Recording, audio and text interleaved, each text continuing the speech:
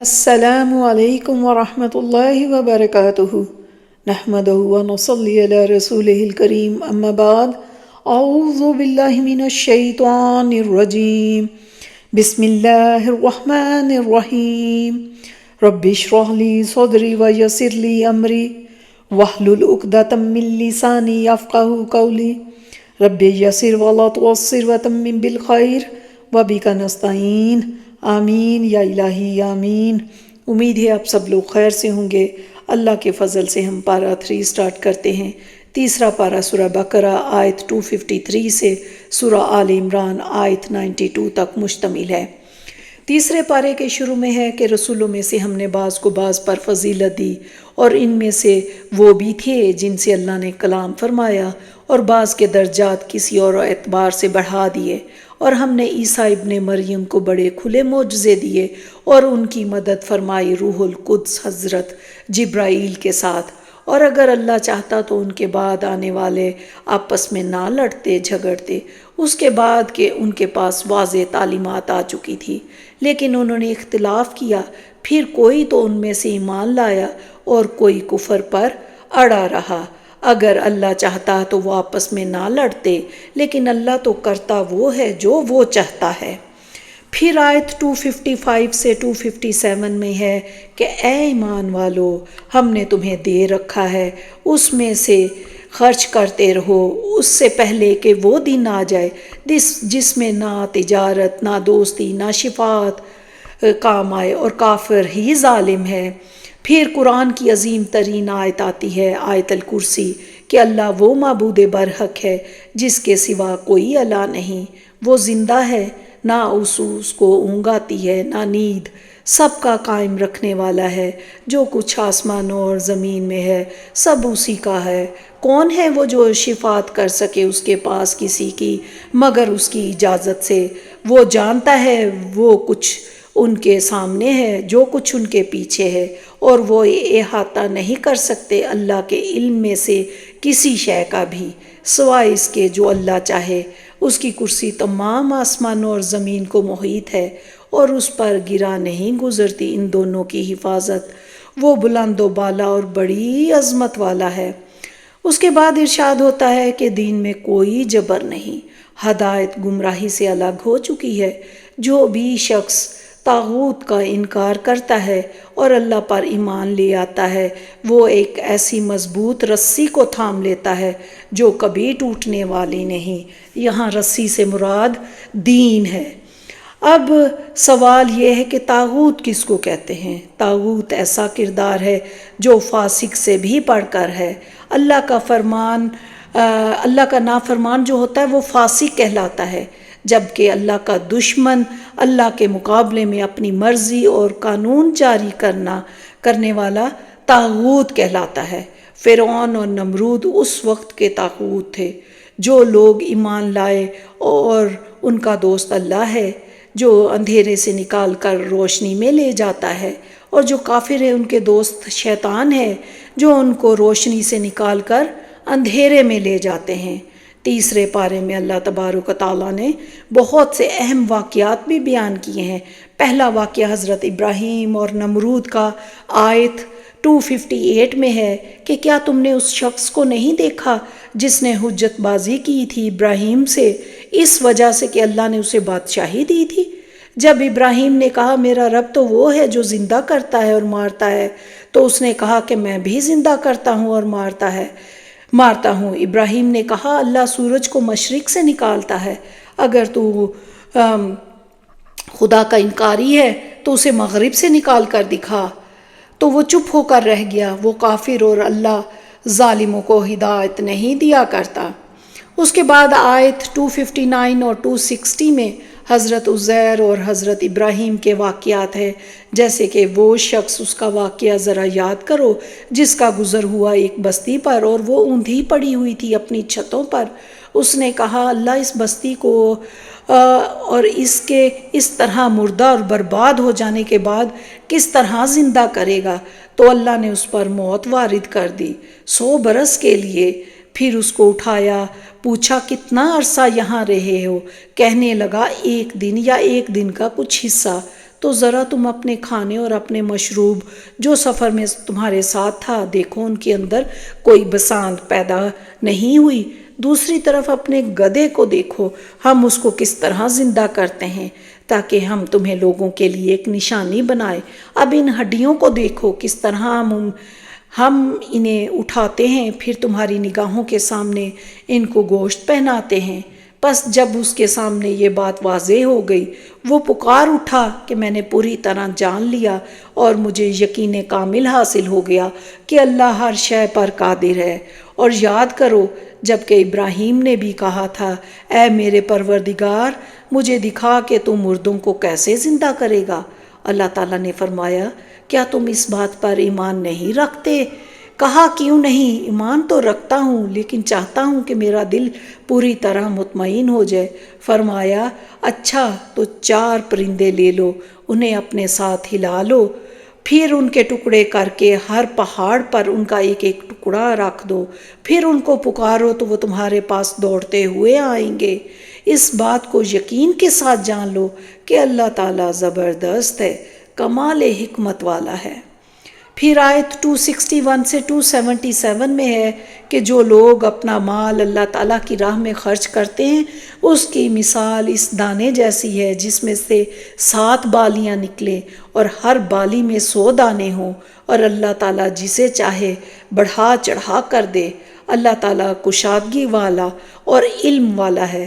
جو لوگ اپنا مال اللہ تعالیٰ کی راہ میں خرچ کرتے ہیں، اس کے بعد نہ تو احسان جتاتے ہیں نہ تکلیف دیتے ہیں، ان کا اجر ان کے رب کے پاس ہے، ان پر نہ تو کچھ خوف ہوگا نہ وہ غمزدہ ہوں گے۔ پھر ہے کہ بھلی بات کہنا اور درگزر کرنا بہتر ہے اس خیرات سے جس کے بعد تکلیف پہنچائی جائے، تو اللہ غنی ہے اور حلیم ہے۔ اے اہل ایمان، اپنے صدقات کو برباد نہ کرو احسان جتلا کر اور کوئی اذیت بخش بات کہہ کر، اس شخص کی طرح جو اپنا مال خرچ کرتا ہے لوگوں کو دکھانے کے لیے اور وہ ایمان نہیں رکھتا اللہ اور یوم آخرت پر، اور مثال ان لوگوں کی جو خرچ کرتے ہیں اپنے مال اللہ کی رضا جوئی کے لیے اور اپنے دلوں کو جمائے رکھنے کے لیے اس باغ کی مانند ہے جو بلندی پر واقع ہو۔ اب اگر اس باغ کے اوپر زوردار بارش برسے تو دگنا پھل لائے، اور اگر زوردار بارش نہ بھی برسے تو ہلکی پھوار ہی اس کے لیے کافی ہو جائے، اور جو کچھ تم کر رہے ہو اللہ تعالیٰ اس کو دیکھ رہا ہے۔ شیطان تمہیں غریبی کا اندیشہ دلاتا ہے، وسوسے ڈالتا ہے اور بے حیائی کے کاموں کی ترغیب دیتا ہے، اور اللہ وعدہ کر رہا ہے تم سے اپنی طرف سے مغفرت کا اور فضل کا۔ اللہ بہت وسعت والا ہے، سب کچھ جاننے والا ہے۔ وہ جس کو چاہتا ہے حکمت عطا کرتا ہے، اور جسے حکمت دے دی گئی ہو اسے تو خیر کثیر عطا ہو گیا، اور نہیں نصیحت حاصل کرتے مگر وہی لوگ جو ہوش مند ہیں۔ اور جو کچھ بھی تم خرچ کرتے ہو، صدقہ خیرات دیتے ہو، یا جو بھی تم اللہ کے نام پر منت مانتے ہو، یقیناً اللہ تعالیٰ اس سب کو جانتا ہے۔ اور یاد رکھو کہ ظالموں کا کوئی مددگار نہیں ہوگا۔ اگر تم صدقات کو اعلانیہ دو تو یہ بھی اچھا ہے، اور اگر انہیں تم چھپا کر دو اور چپکے سے ضرورت مندوں کو دے دو تو یہ تمہارے لیے بہتر ہے۔ اللہ تعالیٰ تم سے تمہاری برائیوں کو دور کر دے گا۔ جو کچھ تم کر رہے ہو اللہ اس سے باخبر ہے۔ صدقات کے مستحق وہ غربا ہیں جو اللہ تعالیٰ کی راہ میں روک دیے گئے ہیں، اپنے کسب معاش کے لیے زمین میں دوڑ دھوپ نہیں کر سکتے۔ ناواقف آدمی ان کو خوشحال خیال کرتے ہیں، ان کی خودداری کے سبب تم پہچان لوگے انہیں ان کے چہروں سے۔ وہ لوگوں سے لپٹ کر سوال نہیں کرتے، اور جو مال بھی تم خرچ کرو گے اللہ تعالیٰ اس کو خوب جانتا ہے۔ جو لوگ اپنے مالوں کو رات دن چھپے کھلے خرچ کرتے ہیں ان کے لیے ان کے رب تعالیٰ کے پاس اجر ہے، اور نہ انہیں خوف ہے اور نہ وہ غمگین ہوں گے۔ اس بارے میں اللہ تعالیٰ نے سود کی بھی مذمت کی ہے اور کہا ہے کہ جو لوگ سود کھانے سے باز نہیں آتے ان کا اللہ اور اس کے رسول کے خلاف اعلان جنگ ہے۔ اور سود کھانے والے روز قیامت پاگلوں کی طرح مارے مارے پھر رہے ہوں گے۔ وہ تنزیہ طور پر کہا کرتے کہ تجارت بھی تو سود ہی کی طرح ہے، حالانکہ اللہ نے تجارت کو حلال اور سود کو حرام قرار دیا ہے۔ جس نے سود کا کاروبار جاری رکھا وہ ہمیشہ ہمیش کے لیے جہنم کا ایندھن ہوگا۔ اللہ تعالیٰ سود کو مٹاتا ہے اور صدقات کو بڑھاتا ہے، اور اللہ کسی ناشکر گناہ گار کو پسند نہیں کرتا۔ اور اگر کوئی مقروض تنگ دست ہو تو اسے آسانی تک مہلت دی جانی چاہیے، اور صدقہ کرو تو تمہارے لیے بہت ہی بہتر ہے، اور اگر تمہیں علم ہو۔ پھر ادھار پر جو آیات ہے 282 میں، وہ قرآن پاک کی سب سے طویل آیت ہے۔ اس آیت میں اور اگلی آیت میں ہے کہ اے اہل ایمان، جب بھی تم قرض کا کوئی معاملہ کرو ایک وقت معین تک کے لیے اس کو لکھ لیا کرو، چاہے کہ اس کو لکھے کوئی لکھنے والا تمہارے مابین عدل کے ساتھ، اور جو لکھنا جانتا ہو وہ لکھنے سے انکار نہ کرے جس طرح اللہ نے اس کو سکھایا ہے۔ پس چاہیے کہ وہ لکھ دے، اور املا وہ شخص کرائے جس پر حق آتا ہے، اور لکھواتے ہوئے اس میں کوئی شے کم نہ کر دے۔ پھر اگر وہ شخص جس پر حق عائد ہوتا ہے نہ سمجھ یا ضعیف ہو، یا اس کے اندر اتنی صلاحیت نہ ہو کہ املا کروا سکے، تو جو اس کا ولی ہو وہ انصاف کے ساتھ لکھوا دے، اور اس پر گواہ بنا لیا کرو اپنے مردوں میں سے 2 آدمیوں کو۔ پھر اگر 2 مرد دستیاب نہ ہو تو 1 مرد اور 2 عورتیں ہوں۔ یہ گواہ تمہارے لیے پسندیدہ لوگوں میں سے ہو، تاکہ ان میں سے کوئی ایک بھول جائے تو دوسری عورت یاد کروا دے، اور نہ انکار کرے گواہ جب کہ ان کو بلایا جائے، اور سستی مت کرو اس کے لکھنے میں، خواہ معاملہ چھوٹا ہو یا بڑا، اس کی معین مدت کے لیے۔ یہ اللہ کے نزدیک بھی زیادہ مبنی بر انصاف ہے اور گواہی کو زیادہ درست رکھنے والا ہے۔ یہ اس کے زیادہ قریب ہے کہ تم شبہ میں نہ پڑو گے۔ اور یہ کہ کوئی بھی تجارتی لین دین ہو جو تم دست بدست کر رہے ہو تو تم پر کوئی گناہ نہیں کہ اسے نہ لکھو، اور گواہ بنا لیا کرو جب کوئی مستقبل کا سودا کرو، اور نہ نقصان پہنچایا جائے کسی لکھنے والے کو اور نہ ہی گواہ کو، اور نہ نقصان پہنچائے کوئی لکھنے والا اور گواہ۔ اگر تم ایسا کرو گے، نقصان پہنچاؤ گے، تو یہ تمہارے حق میں گناہ کی بات ہوگی۔ اور اللہ سے ڈرتے رہو، اللہ تمہیں تعلیم دے رہا ہے، اللہ ہر چیز کا علم رکھنے والا ہے۔ اور گواہی کو چھپایا نہ کرو، اور جو کوئی گواہی کو چھپائے گا تو اس کا دل گناہ گار ہوگا۔ جو کچھ تم کر رہے ہو اللہ اس کو خوب جانتا ہے۔ پھر آیت 284 انسان کو لرزا دینے والی۔ اس آیت میں فرمایا گیا ہے کہ انسان کسی معاملے کو ظاہر کرے یا پوشیدہ رکھے، اللہ حساب لے کر رہے گا۔ اللہ اکبر! یعنی اللہ کے ہاں ہر عمل کا محاسبہ ہوگا۔ پھر یہ اللہ کا اختیار ہے کہ جسے چاہے بخش دے، جسے چاہے سزا دے۔ پھر اس سورہ کے آخر میں ارشاد ہے کہ اللہ کسی کو اس کی طاقت سے زیادہ تکلیف نہیں دیتا۔ جو اچھا کرے گا فائدہ پائے گا، اور جو برا کرے گا نقصان اٹھائے گا۔ پھر آیت 285 اور 286 2 آیتیں ایسی ہیں، یہ 2 آیاتیں عرش الہی کے 2 خزانے ہیں۔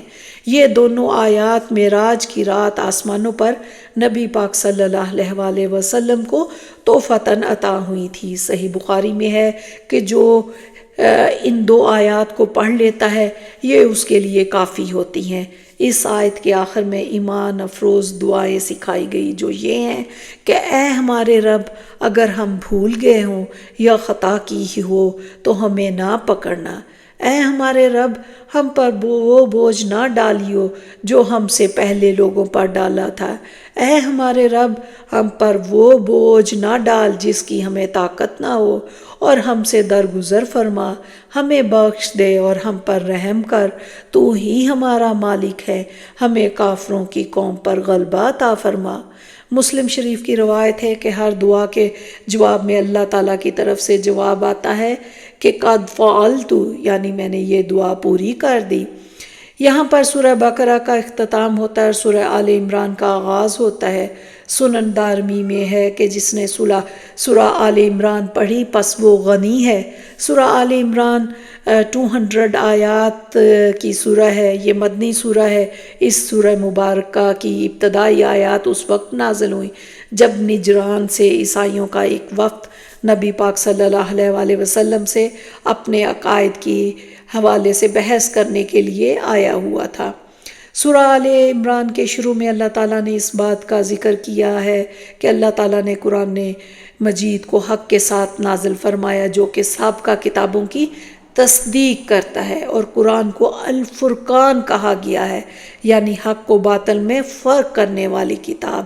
اس سے قبل اس نے تورات اور انجیل کو نازل فرمایا تھا۔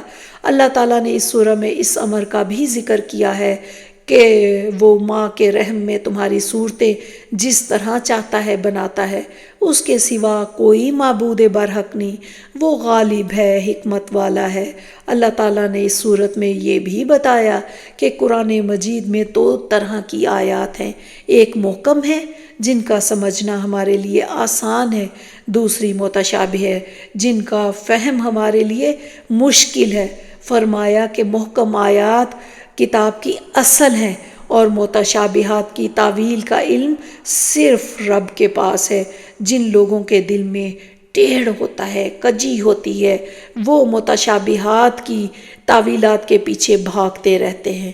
پھر آیات 10 سے 13 میں اللہ تعالیٰ نے کفار کے متعلق فرمایا کہ ان کا مال، ان کی اولاد انہیں کوئی فائدہ نہ دے سکیں گے۔ فرعون کی طرح ان کا بھی بدترین انجام ہوگا، انہوں نے بھی ہماری آیات کو جھٹلایا تھا تو اللہ نے پکڑا ان کو ان کے گناہوں کی پاداش میں، اور اللہ سزا دینے میں بہت سخت ہے۔ اور اہل ایمان کہتے ہیں جو کچھ بھی ہمارے رب نے اتارا ہمارا اس پر کامل ایمان ہے۔ یہ بندے دین کی خاطر ڈٹ جانے والے، سچائی پر قائم رہنے والے، اللہ کے سامنے عاجز رہنے والے، اللہ کی راہ میں خرچ کرنے والے اور صبح کے وقت میں اللہ سے بخشش مانگنے والے ہیں۔ اللہ خود گواہ ہے، اس کے سوا کوئی معبود نہیں، سارے فرشتے گواہ ہیں اور اہل علم بھی اس پر گواہ ہیں۔ وہ عدل کا قائم کرنے والا ہے، اس کے سوا کوئی معبود نہیں، وہ زبردست ہے، کمال حکمت والا ہے۔ اس صورت میں اللہ تعالیٰ نے بتایا کہ اللہ کے نزدیک دین صرف اسلام ہے، اور اسلام کے معنی ہے اللہ تعالیٰ کی فرما برداری۔ اس لیے جو آخرت کی فلاح بہبود کا خواہش مند ہو اس کو اسلام کا راستہ اختیار کرنا ہوگا، کیونکہ اسلام کا راستہ ہی ہدایت کا راستہ ہے۔ پھر اے نبی صلی اللہ علیہ وآلہ وسلم، اگر وہ آپ صلی اللہ علیہ وآلہ وسلم سے حجت بازی کریں تو آپ کہہ دیں کہ میں نے تو اپنا چہرہ اللہ کے سامنے جھکا دیا۔ آیت 21 سے 25 میں کہ یقیناً وہ لوگ جو اللہ کی آیات کا کفر کرتے ہیں اور انبیاء کو ناحق قتل کرتے رہے اور ان لوگوں کو قتل کرتے رہے جو انسانوں میں سے عدل و انصاف کا حکم دیتے ہیں، تو اے نبی صلی اللہ علیہ وآلہ وسلم انہیں بشارت سنا دیجئے دردناک عذاب کی۔ یہ وہ لوگ ہیں جن کے تمام اعمال دنیا اور آخرت کے برباد ہو گئے، ان کا پھر کوئی مددگار نہیں ہوگا۔ یہ اس وجہ سے ہے کہ یہ کہتے ہیں کہ ہمیں تو جہنم کی آگ چھو ہی نہیں سکتی مگر گنتی کے چند دن، اور انہیں دھوکے میں مبتلا کر دیا ان کے دین کے بارے میں ان چیزوں نے جو یہ خود گھڑتے رہتے ہیں۔ ہر جان کو پورا بدلہ دیا جائے گا جو کچھ اس نے کمائی کی ہوگی، اور ان پر کوئی زیادتی نہیں ہوگی۔ پھر اگلی آیات میں اللہ کی عظمتوں کا بیان ہے۔ آپ کہہ دیجئے اے اللہ، اے تمام جہان کے مالک، تو جسے چاہے بادشاہی دے، جس سے چاہے سلطنت چھین لے، اور تو جسے چاہے عزت دے، جسے چاہے ذلت دے، تیرے ہی ہاتھ میں سب بھلائیاں ہیں۔ بے شک تو ہر چیز پر قادر ہے، تو ہی رات کو دن میں داخل کرتا ہے اور دن کو رات میں لے جاتا ہے، تو ہی بے جان سے جاندار پیدا کرتا ہے اور تو ہی جاندار سے بے جان پیدا کرتا ہے، تو ہی ہے کہ جسے چاہتا ہے بے شمار روزی دیتا ہے۔ اس طرح پھر آیت 28 میں ہے کہ اہل ایمان نہ بنائے کافروں کو اپنے دوست، اہل ایمان کو چھوڑ کر۔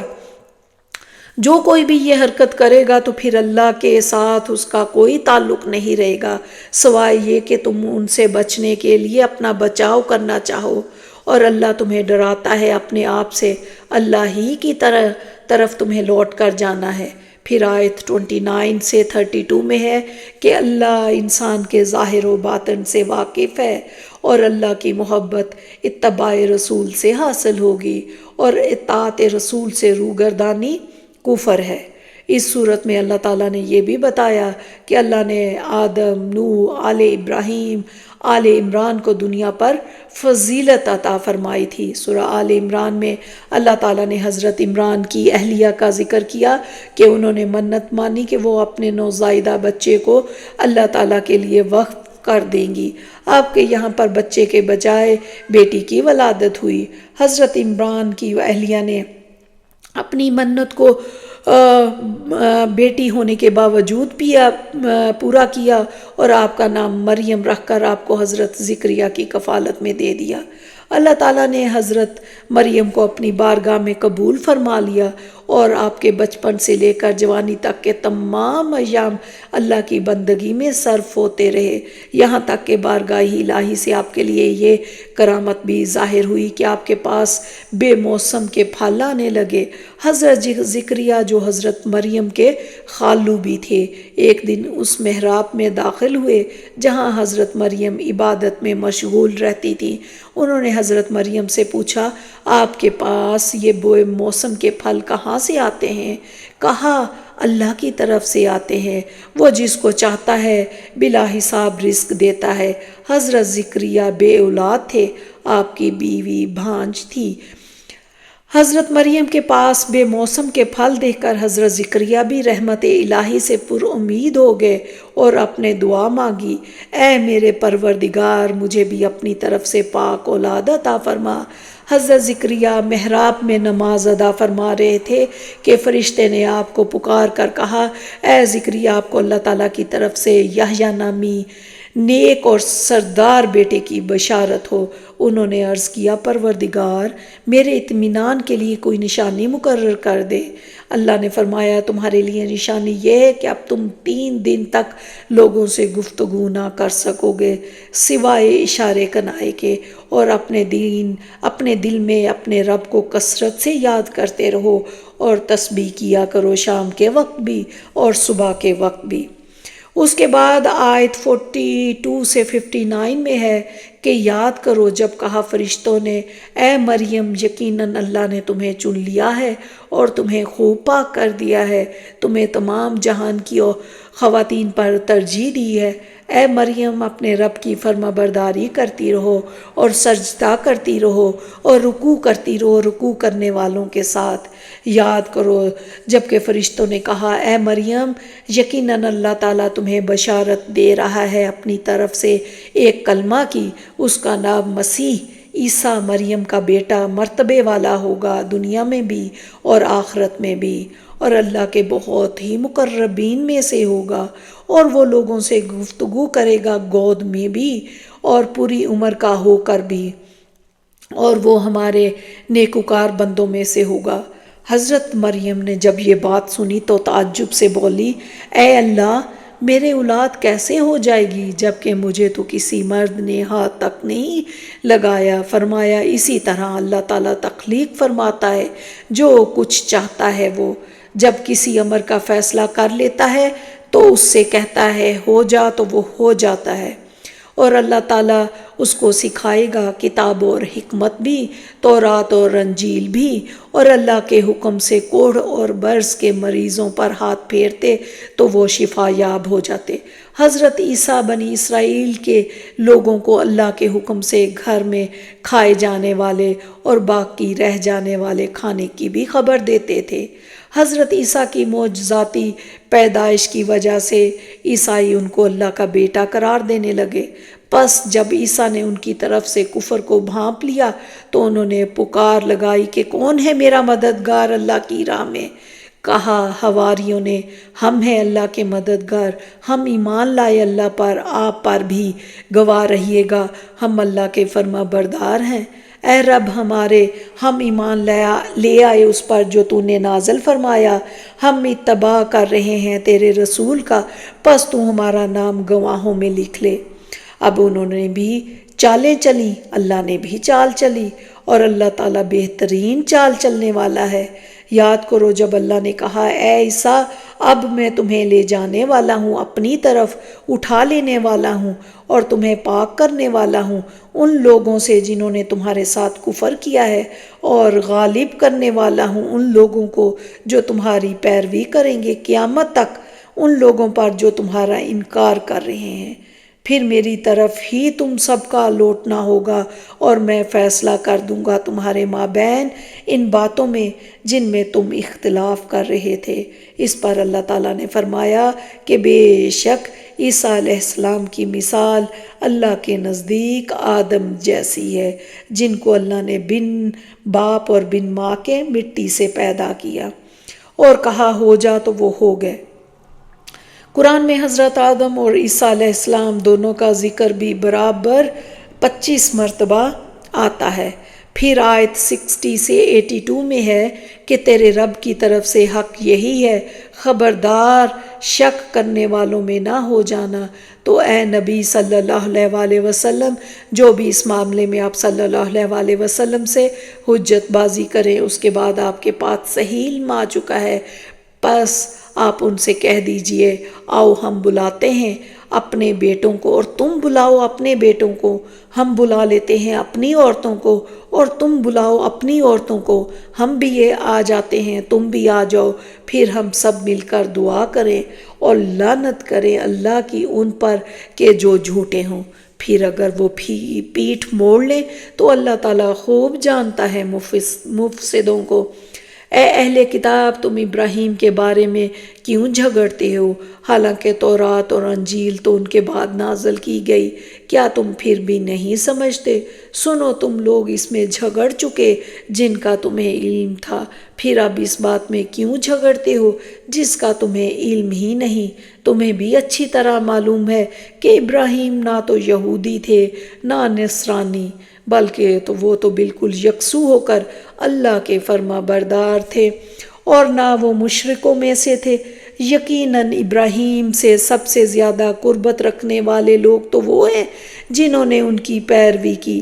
اب یہ نبی حضرت محمد صلی اللہ علیہ وآلہ وسلم اور جو ان پر لائے اس نسبت کے زیادہ حقدار ہے، اور اللہ ان مومنوں کا ساتھی ہے۔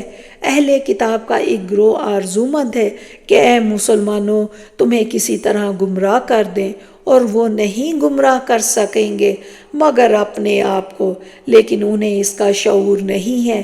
اے اہل کتاب باوجود جاننے کے حق و باطل کو کیوں غلط ملت کر رہے ہو اور کیوں حق کو چھپا رہے ہو؟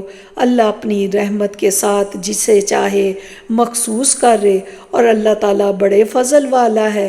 اور اہل کتاب میں سے بعض لوگ بھی ہیں اگر تم ان کے پاس امانت رکھو وہ ڈھیروں مال تو وہ تمہیں پورا پورا واپس لوٹا دیں گے، اور ان میں ایسے بھی ہیں اگر تم ان کے پاس 1 دینار بھی امانت رکھوا دو تو وہ تمہیں واپس نہیں کریں گے مگر جب تک تم اس کے سر پر کھڑے رہو۔ یہ اس لیے کہ وہ کہتے ہیں کہ ان جاہلوں یعنی جو یہودی نہیں ان کے معاملے میں ہم پر کوئی گناہ نہیں ہے۔ کیوں نہیں؟ جو کوئی بھی اللہ تعالیٰ سے کیے ہوئے اپنے عہد کو پورا کرے گا، وہ تقویٰ کی روش اختیار کرے گا تو بے شک اللہ تعالیٰ کو اہل تقویٰ پسند ہے۔ یقیناً وہ لوگ جو اللہ تعالیٰ کے عہد اور اپنی قسموں کو فروخت کرتے ہیں حقیر سی قیمت پر، یہ وہ لوگ ہیں جن کے لیے کوئی حصہ نہیں آخرت میں، اور نہ اللہ ان سے کلام کرے گا اور نہ ان کی طرف نگاہ کرے گا قیامت کے دن، نہ ان کو پاک کرے گا، اور ان کے لیے دردناک عذاب ہے۔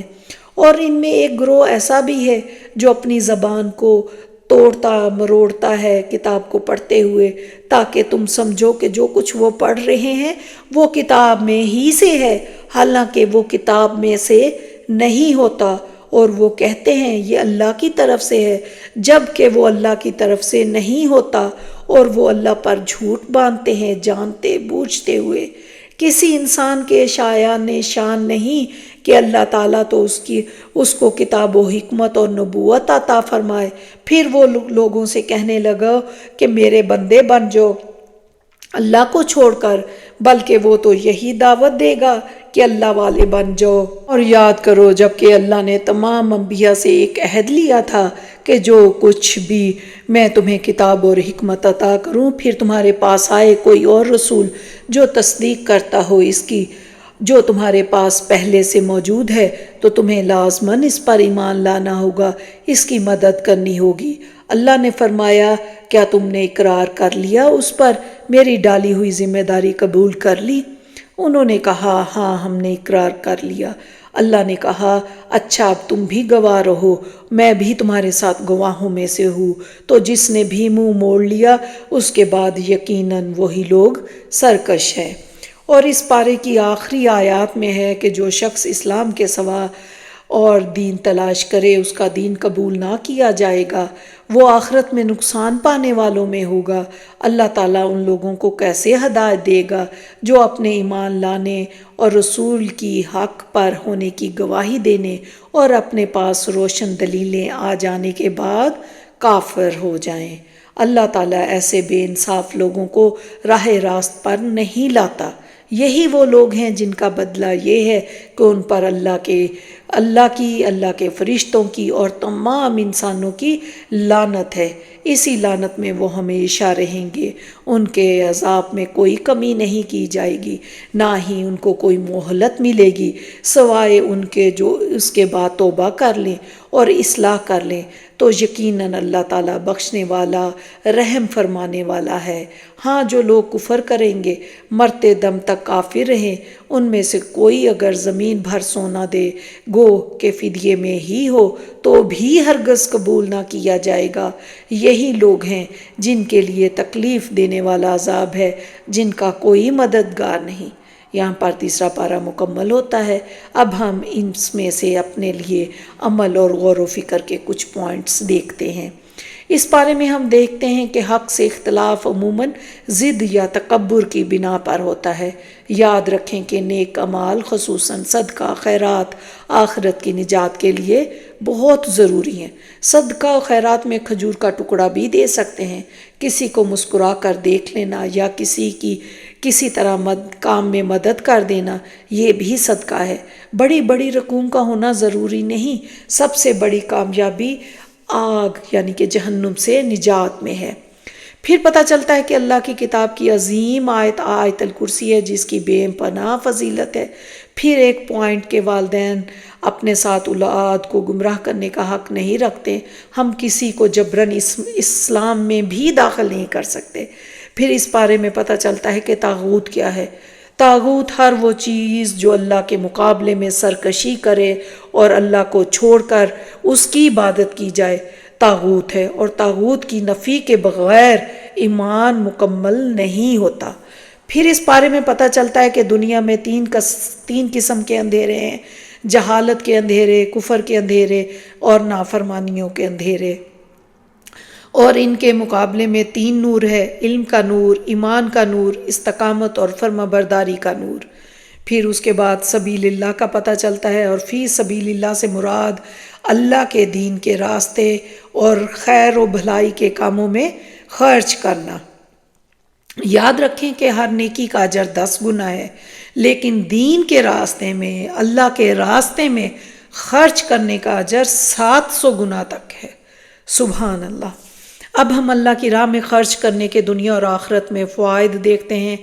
اس میں ہے کہ انسان کا نفس، اس کا تزکیہ نفس ہوتا ہے، بیماریوں اور مشکلات اور خوف و غم سے نجات ملتی ہے، صدقہ لوگوں کو خوش کرتا ہے، صدقے سے مال میں برکت ہوتی ہے، صدقے سے قبر کی گرمی کو ٹھنڈا کیا جاتا ہے، صدقہ جو ہے وہ قیامت کے دن سایہ بنے گا، صدقہ گناہوں کی بخشش کا ذریعہ ہے، صدقہ میزان پر بھاری ہو جائے گا، صدقہ دینے سے عرش کا سایہ ملے گا، اور صدقے سے جنت میں درجات کی بلندی ہوگی۔ پھر قبولیت صدقہ کی شرائط سب سے پہلے یعنی اس میں اخلاص ہو، پھر عمدہ چیز ہے یاد رکھیں کہ ردی چیز اللہ کے ہاں قبول نہیں ہوتی۔ وقت شیطان دل میں وہم اور وسوسے پیدا کرتا ہے، صدقے کے بجائے بخل کرنے کی ترغیب دلاتا ہے۔ ہم جب اپنے ہم پلہ لوگوں کو کوئی تحفہ دیتے ہیں تو خوبصورت پیکنگ میں دیتے ہیں، لیکن جب اللہ کی راہ میں کوئی چیز دینی ہو تو یا تو ہاتھ میں پکڑا دیں گے یا پھر گاربیج بیگ میں ڈال کے دے دیتے ہیں۔ تو پارہ 3 میں عمل کا یہی سب سے بڑا سبق ہے کہ ہم نے عمدہ طریقے سے اللہ کی راہ میں خرچ کرنا ہے، احسان جتلائے بغیر۔ اور نظر یا منت ماننا کیا ہے؟ نظر وہ چیز ہے جو ہم اپنے اوپر فرض کر لیتے ہیں جو اصل میں فرض نہ تھی، مثلا نفل نماز، روزہ، حج، عمرہ وغیرہ۔ اعلانیہ اور پوشیدہ دونوں صدقے پسندیدہ ہیں، لیکن پوشیدہ صدقہ زیادہ افضل ہے۔ ام الکتاب اصل میں کتاب کا اصل اور بنیاد یہ آیات محکمات ہیں جن کا معنی و مفہوم بالکل واضح ہوتا ہے۔ اس میں عبادات اور احکامات اور نصیحتیں آ جاتی ہیں۔ اور پھر ہم متشابہات کو بھی دیکھا جس میں ملتے جلتے کئی معنی کا شک ہوں جن میں تعویل کی گنجائش نہیں نکلتی۔ ہمیں اس پر بحث و مباحثہ نہیں کرنا چاہیے، اور ذہن میں رہے کہ اسباب کے بجائے مسبب الاسباب پر توکل کرنا چاہیے، یعنی اللہ پر، کیونکہ اصل مدد اللہ کی طرف سے ہی آتی ہے، سامان کی وجہ سے نہیں، توکل نہیں ہونا۔ تمام نعمتوں کو اللہ کی اطاعت اور شکر کے ساتھ استعمال کرنے پر آخرت کا اجر ہے، اور غرور و تکبر کرنے پر وعید ہے۔ یاد رکھیں کہ اللہ کی سزا کو واجب کرنے والی چیز کفر اور تکبر ہی ہے، ہمیں اس سے بچنا ہے۔ جنت کی تمام نعمتوں میں سے سب سے افضل نعمت اللہ کی رضامندی ہے، اپنے نیک عمل کے وسیلے سے دعا کی جا سکتی ہے۔ تمام انبیاء کا دین اسلام ہی ہے، اور غیر مسلموں سے اچھا سلوک و تعلق تو رکھ سکتے ہیں، لیکن مسلمانوں کے راز دینے کی ممانعت ہی ہے، اور پھر مسلمانوں کو چھوڑ کر غیر مسلموں سے دوستیاں نہیں کرنی چاہیے۔ دیکھیں کہ پھر اطاعت رسول کا حکم کیوں ہے، کیونکہ اللہ کی محبت کے دعوے کو سچ ثابت کرنے کے لیے اطاعت رسول کی شرط ہے۔ اطاعت رسول میں سنت کی پیروی کا حکم ہے۔ خود ساختہ دین یعنی بدعت کا دین یہ قابل قبول نہیں ہے۔ ہمیشہ اللہ کی عطا کردہ نعمت پر اللہ ہی کی تسبیح بیان کرنی چاہیے، اللہ ہی کا شکر کرنا چاہیے۔ تمام انبیاء کے معجزات اللہ کے حکم سے رونما ہوئے، انبیاء کی ذاتی قابلیت سے نہیں، یعنی کہ اصل قوت اور اختیار صرف اللہ کے پاس ہے۔ پھر ہم نے جو عظیم ترین یعنی کہ اس میں آیت پڑھی تھی، آیت الکرسی، اس آیت میں توحید کے 12 دلائل ہیں، اور اللہ تعالیٰ کے 5 اسماء الحسنہ بھی اس میں شامل ہیں۔ اور ہمیشہ صدقہ کرنے سے پہلے یہ ضرور سوچیں کہ صدقہ کسی انسان کے ہاتھ میں پہنچنے سے پہلے اللہ کے ہاتھ میں جاتا ہے، تو اس لیے صدقہ ہمیشہ اچھی چیز کا ہی ہونا چاہیے۔ اور اگر ہم سب قیامت کے دن اپنی سفارش چاہتے ہیں تو ہمیں قرآن کو پڑھنا ہوگا، اور پھر قرض کے لین دین میں خاص شرائط کا خیال رکھا جائے، یعنی کہ قرض چھوٹا ہو یا بڑا ہو اس کو لکھ لیا جائے، اس کی مدت مقرر کی جائے اور اس پر گواہ بنا لیا جائے، اور لکھنے والے اور گواہ کو کوئی نقصان نہ پہنچایا جائے، اور لکھنے والا گواہ بھی کوئی یعنی کہ نقصان نہ پہنچائے۔ اور اپنے حقوق کی حفاظت کرنا بھی اللہ کی شریعت کا ہی ایک حصہ ہے۔ اللہ ہم سب کو قرآن کو پڑھنے، سمجھنے اور عمل کی توفیق دے، آمین۔ ربنا تقبل منا انک انت السمیع العلیم وتب علینا انک انت التواب الرحیم۔ السلام علیکم ورحمۃ اللہ وبرکاتہ۔